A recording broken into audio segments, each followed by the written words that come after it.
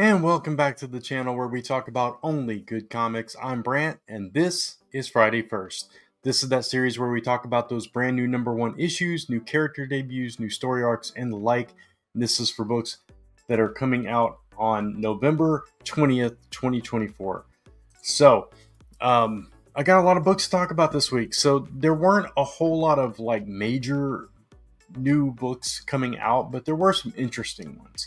And I've got a good amount of honorable mentions and shout outs and stuff because I do want to make you aware, even if it's something that maybe I'm not reading, that you know that it's out there in case you're a fan of whatever the property is. So I also have quite a bit of recaps to talk about this time. I ended up reading a lot of my books, specifically a lot of the first issues already.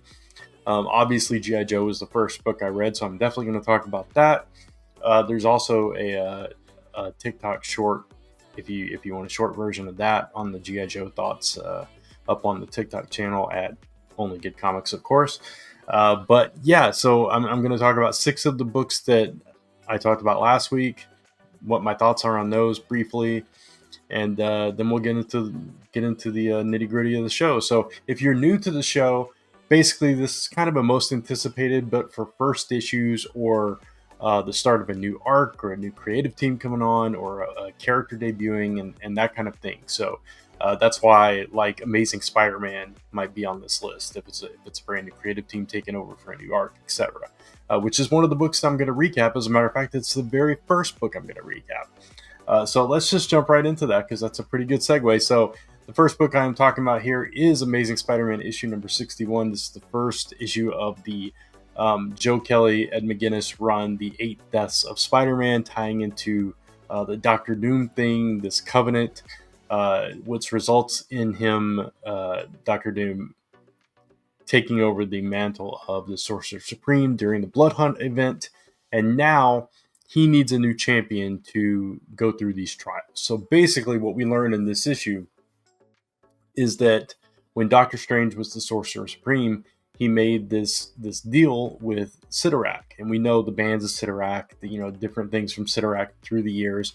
But every so often, there's this covenant to where Doctor Strange had to defeat all I guess it's 8 kids of Sidorak, and each time that he would fight one of them, he would likely die. So he came up with this way to use this spell or something to keep himself coming back to life through these trials, and he would fight them himself. But because he's not the Sorcerer Supreme anymore, and Doctor Doom's like, well, I'm not doing this, I need somebody to do this for me, he's picked Spider-Man because he's used to pain, he can handle it. So Spider-Man is chosen to go through these trials and fight all these kids of Sidorak and die every single time. So what we get in this issue is him battling the first one. And the interesting thing about it is, not to spoil it too much, but when he comes back, how graphic the pain is and his recollection of that pain. It was very significant. It was this felt different already. So I wasn't completely sold on this story from that preview we got in issue 60, but with this issue, I thought that it started off with a really nice balance of Peter Parker and Spider-Man, kind of showing the struggle that he goes through on the daily, being late everywhere, all this kind of stuff that we know from him, but it was illustrated very well, both in the art, in the way that he was, superheroing, and the things that he forgot to do, and how he was interacting with the supporting cast and everything. That it felt very classic Peter Parker, Spider-Man kind of stuff, right? And then you throw in this epic thing. We've seen him with these big things before, where he gets a new suit. He's got these new powers he's got to deal with. We've seen the Captain Universe stuff, things like that. So now he has magic abilities because he's given this special suit that gives him access to all these spells, and he just knows things now. So it's interesting. It's classic in a way, and it feels more fun and exciting. And I know it's a short story; it's not going to last very long. But for now, I'm going to enjoy the ride because it does feel like something that would have been in like a 1980s Spider-Man comic. You know what I mean? So I enjoyed it for what it was, and we'll see if it gets a little beyond like the demon of the week or whatever you want to call them. I'm hoping that it's a little more interesting than that. That it's not just the same thing over and over again. That there's a little variance to it, and it seems like we're going to play with the supporting cast a little bit throughout this too. So that's going to be interesting.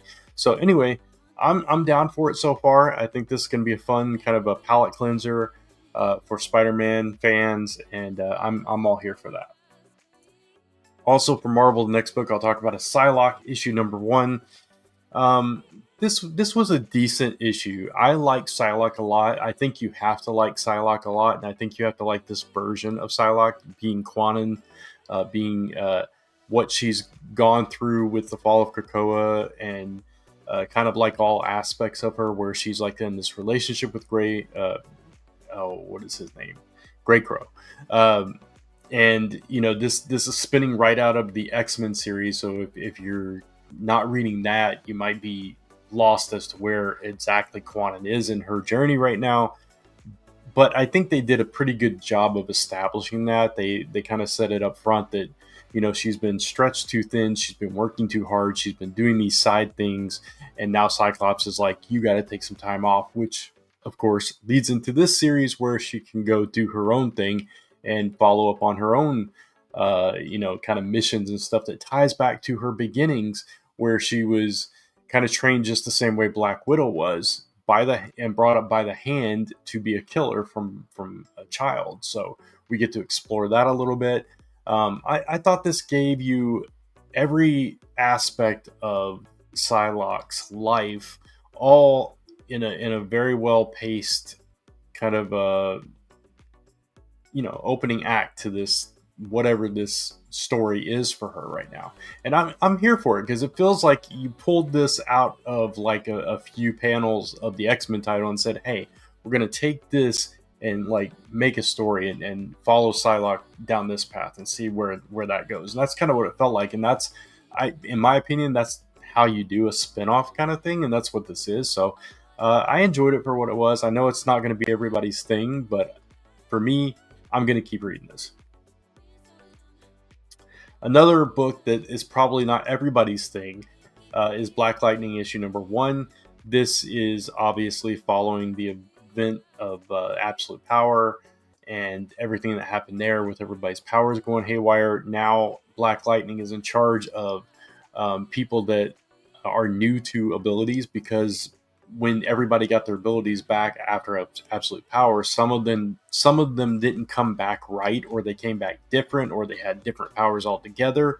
Some didn't get their powers at all, and now people that didn't have powers before but had like this latent metagene are starting to get powers. So he's the one that goes out there with his team, his daughter Thunder, and I think it's Thunder, it might be Lightning. I can't remember which one's which, but he goes out there with his daughter, and they're kind of bringing these people in and training them, showing them how to use their new abilities and kind of setting them on the right path kind of thing. So, but at the same time, Black Lightning, who is no stranger to dealing with trauma and having it affect his day-to-day life and that kind of stuff, we see more of that here, because he felt like he couldn't be there for his other daughter, who is now supposedly off in New Orleans doing her thing, and is avoiding seeing the family and all this stuff because of what happened to her during Absolute Power, and he blames himself and that kind of thing. So you're exploring all his family drama. So if you're a fan of the Black Lightning show, or you like family dynamics and kind of exploring like a family of powers, like the Flash family or the Bat family, etc., you might like this. I liked it. So far, so good for me. I like the Black Lightning series, and I like these characters. I like him interacting with his daughters and kind of the, trying to balance being the superhero example and the father and the role model, and his principal background, and being in his new role in the Justice League, but carrying the weight of all this stuff. It felt like a lot, and you're supposed to feel that because that's what he's feeling. So I thought it was a pretty solid first issue as well. Next up from Mad Cave is String issue number 1. So the concept behind this caught my attention. If you watched the show last week, you know, basically it's this woman who can see two types of strings. She can see a blue string between romantic partners that they've had um, relations. We'll keep it clean. So she can see strings, blue strings between people that have been intimate with each other, and she can see black strings between a murder victim and their murderer. And so she consults with the police department, and she's kind of gained this reputation. And really, they kind of avoid her because they don't want their romantic business put on display, and she makes them nervous and that kind of thing. But they definitely utilize her skills because she can track down murderers. So in this story, we have a new detective that has never worked with her before, and he's kind of skeptical of her abilities, but he is kind of grasping at straws. He doesn't have anything else to go on, so he's going to work with her. They get to know each other. She's kind of, sussing him out, and vice versa, and they, kind of get personal here and there. Maybe there's some flirtation going on, not clear what his sexuality is even at this point. But anyway, we learn about her past and when these strings started to appear, how accurate they are, if that whether she can control it or not. All this stuff is explained in the book, and ultimately, and this is not really giving anything away because it was in the description, I mentioned it last week, but ultimately by the end of this issue, she sees a black string attached to herself, which means she's a murder victim, or maybe she's a murderer. I don't know. That's the mystery that we're going to go on, and we'll go from there. So very interesting. I thought it was really well done. The art was really nice as well. Nice facial expressions, nice bit of action, exaggerated in the right places, toned down in the right places as well. Very detailed, some humor thrown in here and there, and a pretty decent mystery as well. So I really like this book. I thought I would, just based on the concept, but once I read it, I was like, man, this is really fun. I really like this. And if you like kind of slice of life stuff with just a little bit of, what, if you want to call it supernatural or something like that, just a little bit of sci-fi or magic or whatever it is thrown in, this might be right up your alley as well. Next up, we have Power Rangers Prime issue 1. Didn't really know what direction this was going to go in. This is still written by Melissa Flores, who wrote a good amount of the last run of the main Power Rangers story that had been going on for years over at Boom. And now we have rebooted the universe. This is kind of like an alternate universe. People are calling this like the Ultimate Universe, or the Absolute Universe for Power Rangers. Brand new cast of characters, different history. So in this version, we learned that the Eltarians, which are the aliens behind the morphers, they're where the abilities come from in the first place. They're kind of the guardians.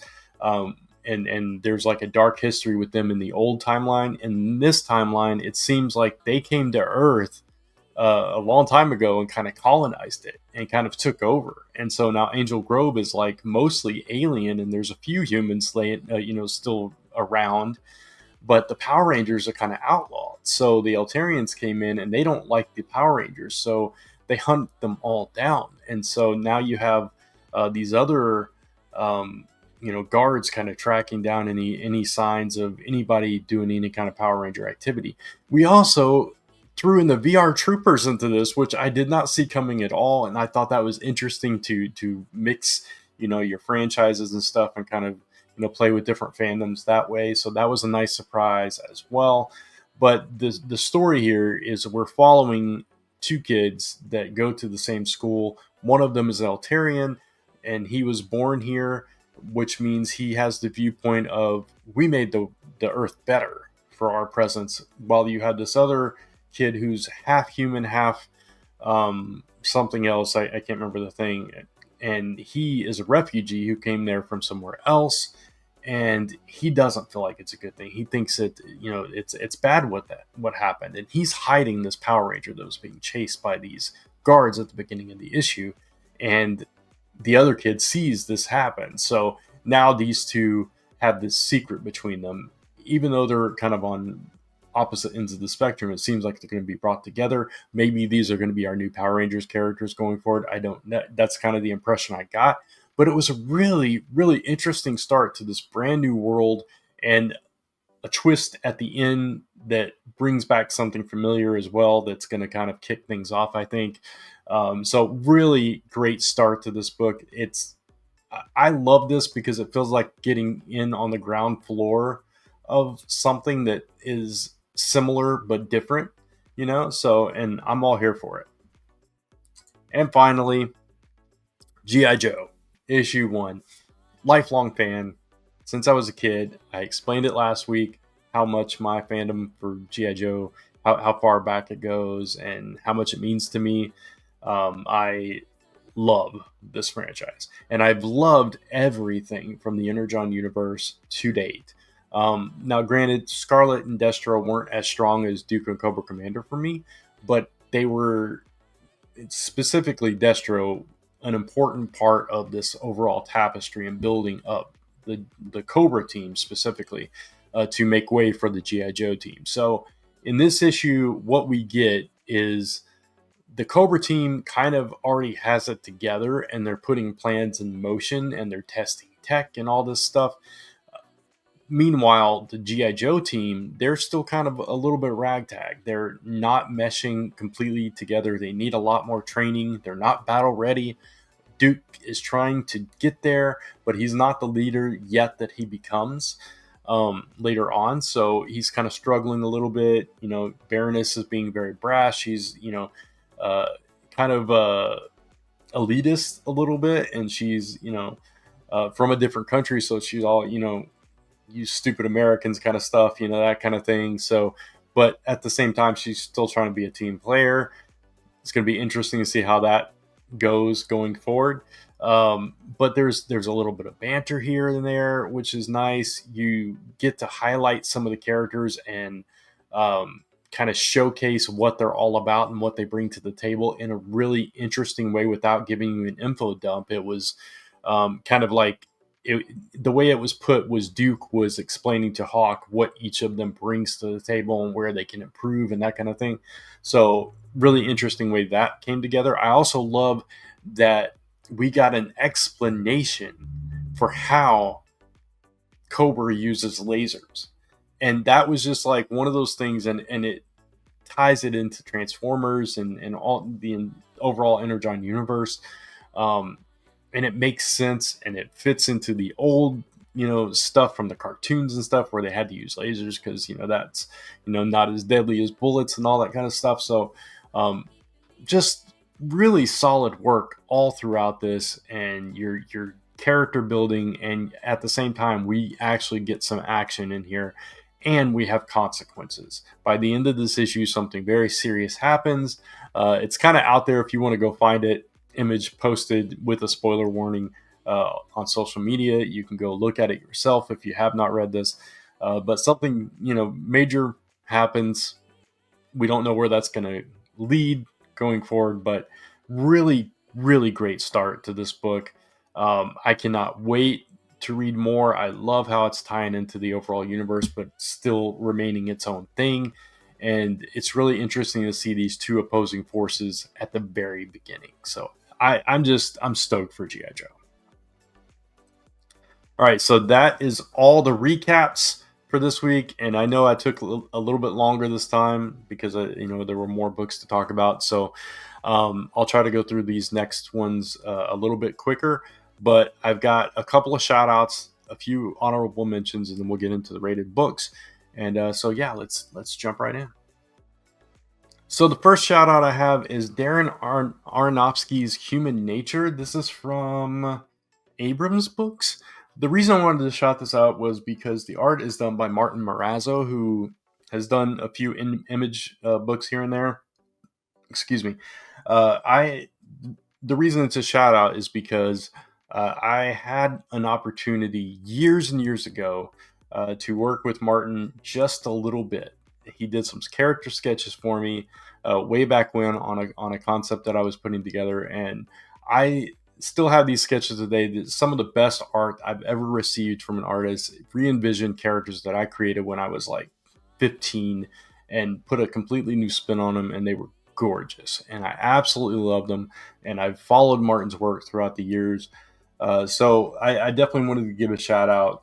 This is an interesting, um, kind of project coming from a filmmaker, and someone in the world of film and television. So yeah, I don't know much about this book, but I definitely wanted to shout it out. If you're an Aronofsky fan, you might want to check this one out. The next shout out is actually from DC Comics. This is Renaissance of Raven issue 1. And so I guess it's I don't know like what imprint or whatever this is. I think it might even be a digital exclusive. Uh, but Carola Borelli is doing the art on this. You all know I'm a big Carola Borelli fan. She does my wife's book Bloom Pretty, and has done like Spider Woman and different things for Marvel and Archie and stuff. So I'm a big fan of Carola's work. So I definitely wanted to shout this out. And if you want to check it out digitally, I think it might even be for free. I'm not exactly sure where this is up at. I just saw it on League of Comic Geeks and thought I would shout it out. All right, first honorable mention, and the reason these are honorable mentions is because they're not necessarily books that I'm going to pick up, but they are first issues, and I just want to make you aware of them. Some of them are like all ages stuff. This one is not that. This is Belle Shadow of Rose, issue number 1 from Zenescope. So I'm not sure if this is a mini series or if this is a one shot. It is an oversized book. It's for $7 from Zenescope, and it happens, after some kind of tragedy. So I guess if you've been following Belle's story throughout the Zenescope mythos, you might want to check this one out. Next honorable mention is It's Jeff Venom War. Or Venom War It's Jeff, issue number 1, obviously by Kelly Thompson and Gurihiru. Just kind of tying in fan favorite character Jeff into the whole Venom War. Very timely. This is a 40-page book for $4.99. And it says, I'll just read a little bit of here. What's eating Jeff and what's Jeff eating? That's right, the crossover event of the summer finally reaches the real star of Marvel Comics, Jeff the Land Shark. When Jeff's night of fun is interrupted by the madness of the Venom War, is Marvel's goodest boy going to be able to keep his cool? Or will he give in to the symbiote's temptations and eat someone's brains? So if you're a big fan of It's Jeff, you definitely want to check this one out. Next honorable mention is Sonic the Hedgehog Knuckles 30th Anniversary Special, issue number 1. Obviously, Knuckles more in the zeitgeist now, I guess, because of the movies and stuff. If he wasn't before, from the cartoons, the comics, and the toys, and all the stuff, video games, of course, video games. But more people know about Knuckles now than even they did before. So if you're a big Knuckles fan, though, and you like the Sonic comics, you might want to check this one out. And final honorable mention is a book from Dark Horse. And I don't know quite how to pronounce this, but I'm going to attempt it. Imbokoto? I'm not exactly sure. I apologize for mispronunciation there. But it does say that this adds, at the last thing it says here is, adds to the greatly needed representation of Black heroes in the world of comics and fantasy. So that's pretty interesting. And I actually hadn't read that before I started recording this. So that actually makes me more interested, and I might actually pick this up now.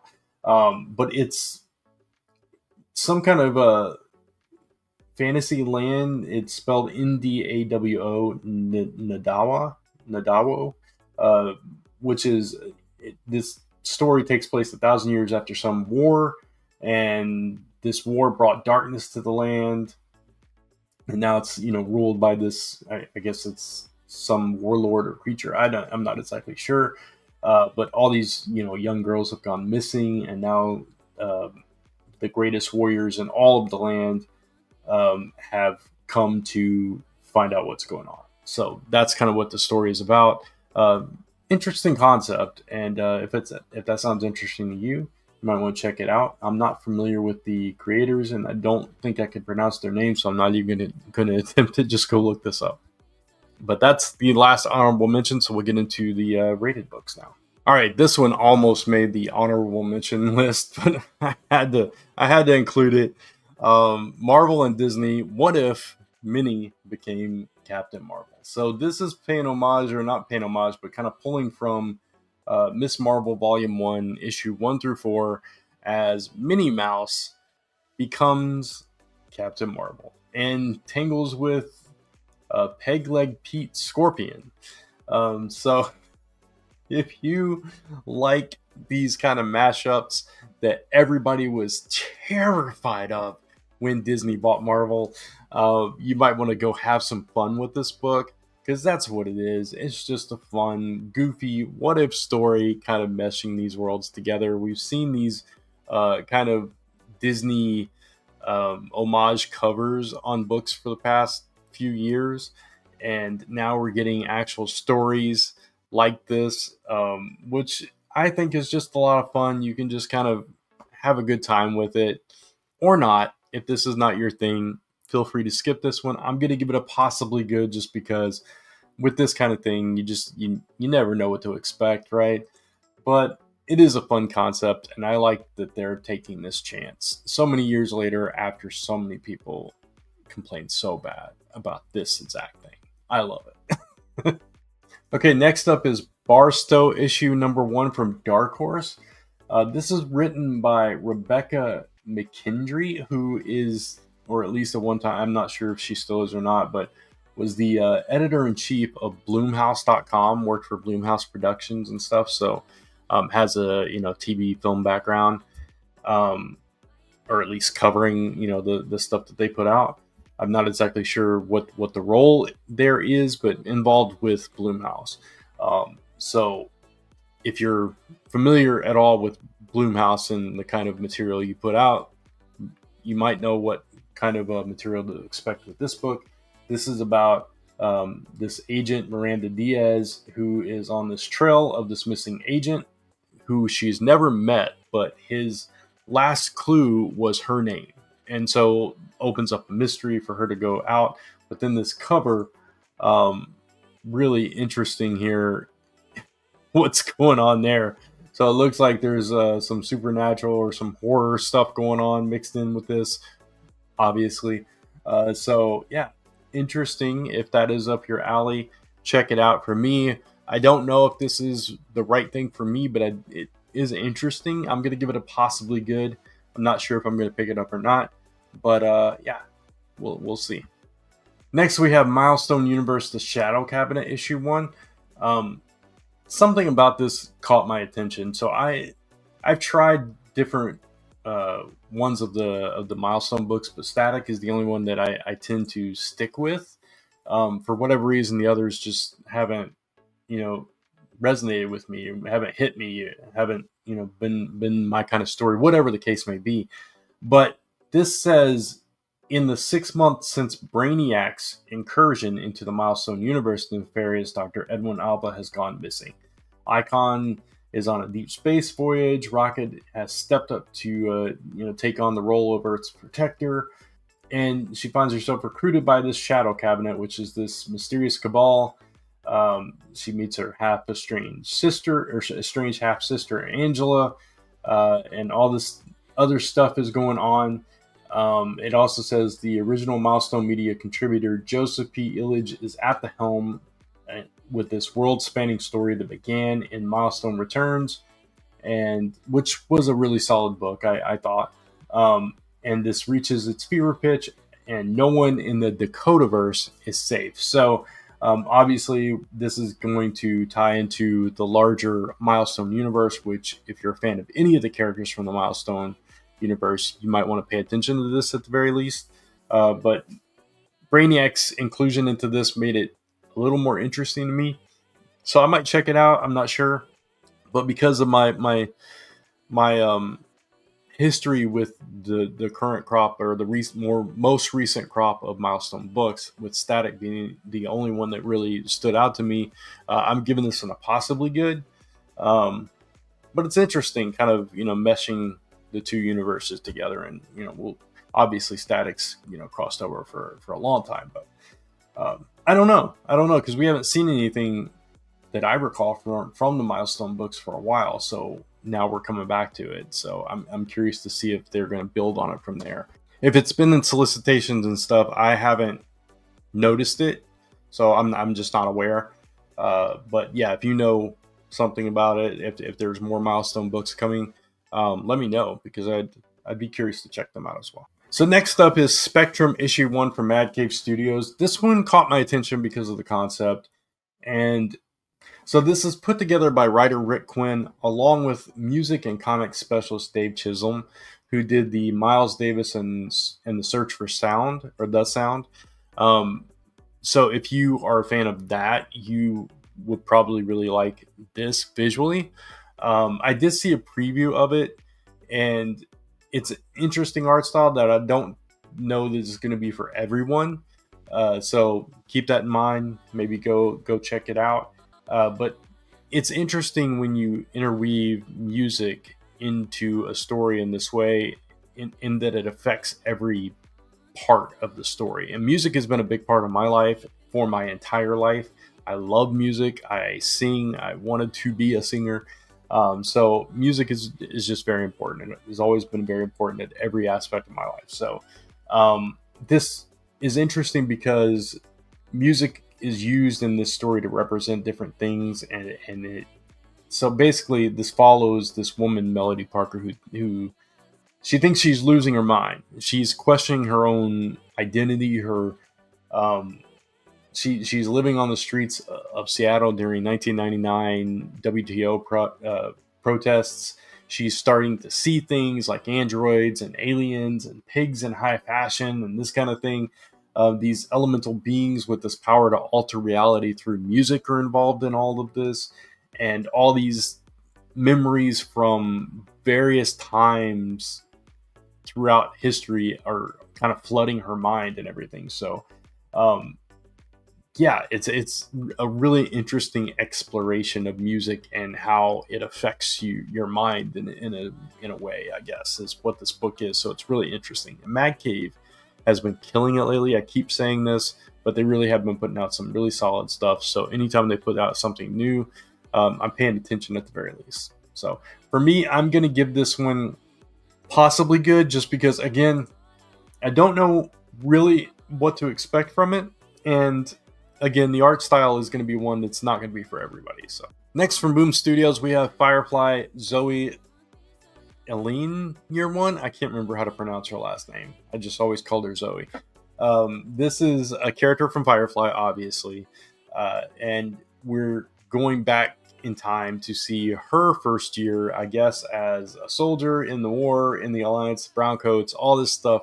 She was always a really strong character in the series, whether it was in the comics or the short-lived TV show.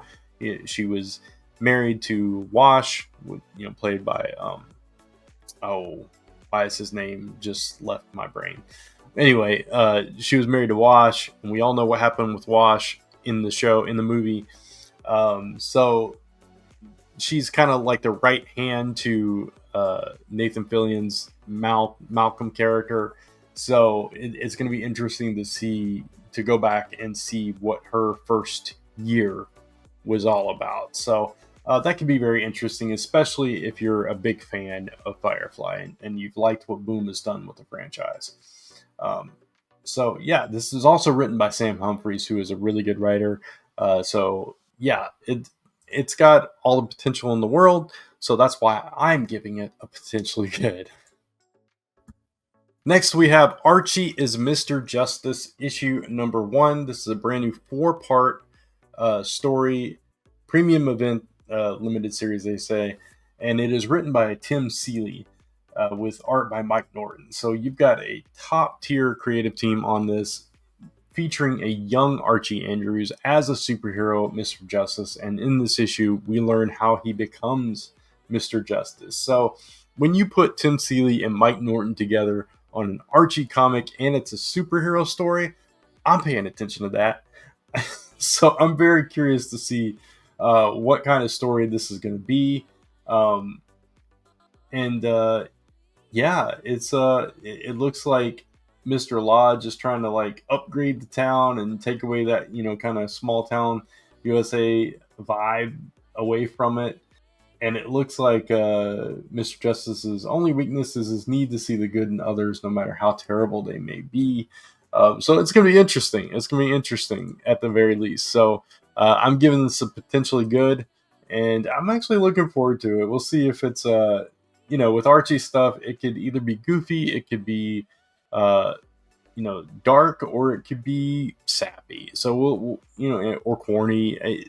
I love Archie though. I've loved Archie since I was a kid. So we'll see what version of Archie we're getting in this one. Next, we have the latest Horizon Experiment series, or one shot, I should say, Moondogs issue number 1. Previously, we've had 2 of these so far. This one is basically a twist. I believe it's a twist on American Werewolf in London. So basically, this is East African werewolves in Miami. So just kind of flipping that concept on its head, but kind of still doing the same thing. And the description calls it a minority within a minority, with this pack of werewolves living in secret in Miami. And now there's this war that's burgeoning that threatens both the lycanthrope and human lives. And so now they have to get involved. And this is written by I'll just read this: literary horror icon and multi-award-winning novelist Tananarive Due, who wrote The Reformatory, and hot newcomer Kelsey Ramsey on art. So, it's I keep saying it's really interesting the way that they are kind of mashing up these concepts with a fresh perspective on them. I didn't love the James Bond one, but and I can't remember what the last one was, but I remember liking it a little bit better. I know I talked about it. I just, for whatever reason, whichever one it was, lost. It left my mind. But I think I liked it a little bit better than the James Bond one, which was the Manchurian. But this one, I like the art. I think that looks pretty cool. I like werewolf stories, when they're done well. And I like that this is a different, take on the werewolf mythology. So I'm curious about it. I'm definitely going to try it out, and I am going to give this one. I'm going to give it a potentially good. So we'll see what it has in store. So next up from Dark Horse, we have a book called "You Never Heard of Me," issue number 1. This concept got me right away, and really the cover art caught me first. I saw the cover art and I'm like, slice of life, teenage story. These 2 things are right up my alley. I love like teenage drama and angst and whatever the case may be. For whatever reason, I always love whether it's a TV show or a comic or whatever. I kind of love that time period, and I write that kind of stuff. That's what The Last Ember is. That's the time period in their lives it takes place. They're teenagers and dealing with all that angst and stuff. I think it's an interesting place where you're coming of age and trying to figure yourself out and all that kind of stuff. It's ripe for stories, right? So that caught my attention right away. Plus the art looked pretty strong on the cover. And then I read the concept, and that made me even more interested, because it's about this. I assume it's the character in the foreground here. Has the ability to see both the worst and best periods in someone's life just by touching them. And so, and this could be like looking in the past or the future. So I guess what he does is, if he sees something really bad that's going to happen in the future, he tries to help them change that kind of thing. So, but he's already done with a whole bunch of crap on his own because he's a teenager and he's got a lot going on. So that seemed really interesting to me. This is written by Iolanda Zanfordino with art by Elisa Romboli. I believe I like both of their work. I know their names sound familiar. Obviously, I like the art here. But yeah, this concept really stood out to me, and I hadn't heard about it before I started looking at it for this show. But you know what? I'm gonna change my rating that I wrote down for this. I'm gonna give this a promisingly good, just because I like all the stuff that I'm. Yeah, after reading it again and talking about it here, I'm realizing how much this has caught my interest. So, yeah, I'm giving it promisingly good, and hopefully, it is a really enjoyable story. All right, this is the one you came here for, right? It's on the thumb. It's in the title and all that stuff. So, Teenage Mutant Ninja Turtles X Naruto issue 1, which I used to mispronounce as Naruto. My brother used to watch this. I never have seen an episode of Naruto in my life. I don't know anything about the character really, except for the visuals, and I remember my brother talking about it, but um, yeah, I don't know much about it except for that it makes perfect sense for Naruto to be matching up with TMNT. And it's one of those animes that I've always kind of wanted to try and just never have. It looked cool. The character designs looked really interesting, but I was never huge into anime and that kind of thing. So, and again, it was a little bit. It was more my brother's time than mine. So at the same time, I'm definitely going to try this out. I always try TMNT crossovers, and this one again, it looks fun. The designs for all of them on the cover art there look really cool, and it just seems like it would make sense. It says it's the coolest ninja matchup you could have ever dreamed of had you dared, and that's kind of why I went with what I did on the thumb, the crossover you never knew you wanted, and it's true. It says the heroes in the half shell meet the host of the nine-tailed fox in the crossover everyone will be talking about. This is from IDW. April O'Neil is a teenager, and she has this secret meeting, and it garners the attention of Naruto and Suzuki and Sakura and Kakashi, and the Foot Clan gets involved, and obviously the TMNT are going to get involved as well. And now you're going to mash these together, and it just sounds like a good time to me. So, yeah, that just sounds like a blast. This is written by Caleb Golner, who I'm not familiar with art by Hendry Prezita. Again, not familiar with either one of those. Who's the cover art? Oh, Jorge Jimenez. Of course, no wonder so nice.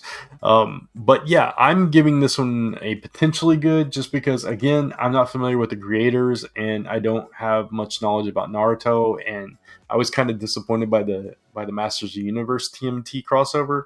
I know it's a different publisher, different properties, and all that stuff, but at the same time, you just never know. So I'm gonna kind of hedge my bets here and say potentially good, but I'm hoping that it's phenomenal. Next up from DC, we have The Question All Along the Watchtower, issue number 1, the latest DC All In book featuring Renee Montoya, who is reeling from what happened in Gotham and now looking for a place to hang her hat. And she's found her place on the Watchtower. It's already kind of been established that she's kind of keeping the peace and, basically investigating every single person that comes aboard the Watchtower, which is the new Justice League Unlimited satellite. In this book, she and her crew are investigating whatever is happening. Something has gone wrong. There's some problem there, and they're going to suss out what it is. There's some kind of dark threat that it says bubbling underneath the surface, and we don't know what it is, but they're hot on the trail, and that's what we're going to see. So it's, it seems like it's going to be a lot of a detective work, going to be, interrogating everybody, I guess. I don't know how this is going to play out, how many issues this is going to be. But it's interesting. It sounds fun. Alex Segura is writing it. Clan Torme is on art. I'm not familiar with that art, but I like Alex's writing, so we'll see what this has. But for me, I'm going to give this one a promisingly good, based on the fact that most of the DC All-In stuff has been pretty solid so far. So, and lastly, a book that I've been looking forward to for a while from Image Comics and Ghost Machine. This is the Rocketfellers from Peter J. Tomasi and Francis Manapul. This is their answer to the Fantastic Four, basically, right? So this is a family of these like time travelers. They travel through time. I'll just read the description here. It says, in the picture perfect 25th century, the Rockefeller family, living a disconnected and emotionally distant existence, discover a terrible secret. In their hands is the fate of humanity. Hunted down, the Rockefeller. Oh yeah, they were. I remember now in the preview they were being hunted down and they had to kind of escape through time. The Rockefellers enlist in the Time Zone Protection Program, so their own version of the TVA, I guess, and escape to present day Earth if they can't find a way to trust each other in the strange ancient world of today.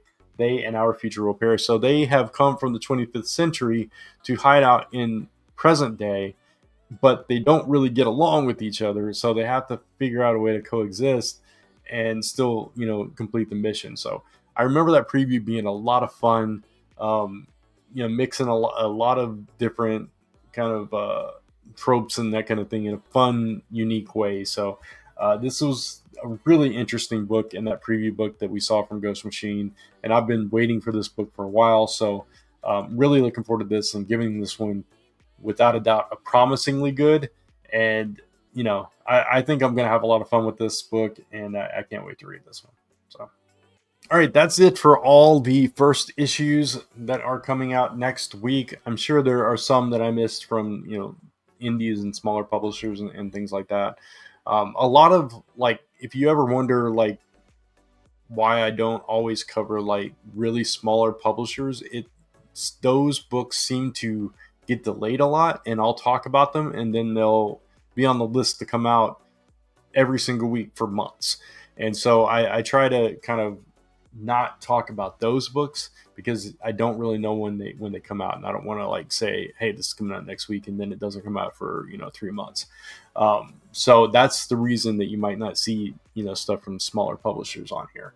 And also sometimes if they're hard to find, or they might not be on my radar. So anyway, what I usually like to do for anybody that's new to the show, I then like to share briefly a few other books that are not first issues or first appearances, etc., that I'm looking forward to coming out. So I'll do that now. I've got 8 books here. Geiger issue number 8. Speaking of Ghost Machine, we were just talking about them. This has been a solid book from Ghost Machine. We just had kind of a palate cleanser issue. This could have been in my ratings because technically it's the beginning of a new arc, but it's just like one long story throughout this book. So it's kind of continuing the story with we had a little epilogue to the first arc, but we're continuing on the same journey. Geiger and Nate are still trying to search for a cure and all that kind of stuff. So, and in this issue, we see Nate's old buddies from the Camelot Casino come back into play, and they have a new leader, this new king, and the glowing man, Geiger, he gets pretty heated, no pun intended, when this girl that reminds him of his daughter becomes, threatened. And so we'll get to see how violent he gets in this issue. And Miles Morales issue number 26, Miles Morales Spider-Man issue 26, the description says all new, all different Spider-Man ... suit. We saw last issue he got this brand new suit from Black Panther that kind of helps regulate the vampirism and kind of helps him balance the cravings, and it also helps with his other abilities. Everything was kind of going out of whack for him, but this suit could also send him deeper into a vampiric bloodlust. Black Panther is still involved, and he's trying. It's his technology that's trying to help Miles kind of fight this infection and get through it. But Vulture is getting upgrades of his own, so he's still in the picture too. This has been a really strong series as well, so I've really enjoyed it, and I like that Cody Ziegler's continuing to build Miles's own supporting cast, his own rogues gallery, all this stuff. So it's been a solid read. Keeping with the Spider character, Spider-Gwen the Ghost Spider number 7. We have a new arch enemy for Gwen in the Black Tarantula, and he's doing all kinds of crime all over New York City, and he's, there's this kind of romantic, vibe between the two of them, because he met her, in a cafe, I think it was, or some place like that, prior to her knowing who he was and all this stuff. So this book is fun. It's not for everyone, and it's not the best Spider-Gwen story that I've read, but it's the best we've gotten in a while, and I'm having a lot of fun with it. Then we have Avengers Assemble #3, which I wish was an ongoing series. I wish this was the main Avengers book. I think it's been really solid, really fun story that feels both classic and fresh at the same time. In this issue, we've got She-Hulk, Wonder Man, Lightning, and Lightspeed going on a mission to rescue vampires. So we've only seen Lightspeed kind of hanging out at the mansion so far, so it's going to be good to see Julie Power get into action. The Night Stalkers attack a community of civilian vampires in New York, and after the events of Blood Hunt, the Avengers have to get together to protect them. So if you haven't checked this out, Steve Orlando's killing it on this book. Then we have Wonder Woman #15. Last issue was heavy, emotional.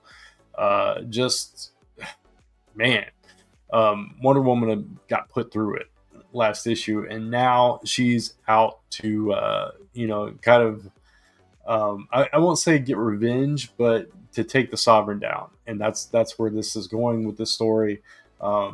This is one of the better things Tom King has put out, in my personal opinion, in recent memory. Just been a really solid arc. Flash Gordon #4. This has been a fun series. I don't think any of the issues so far have been as good as the first issue, but I'm still enjoying this.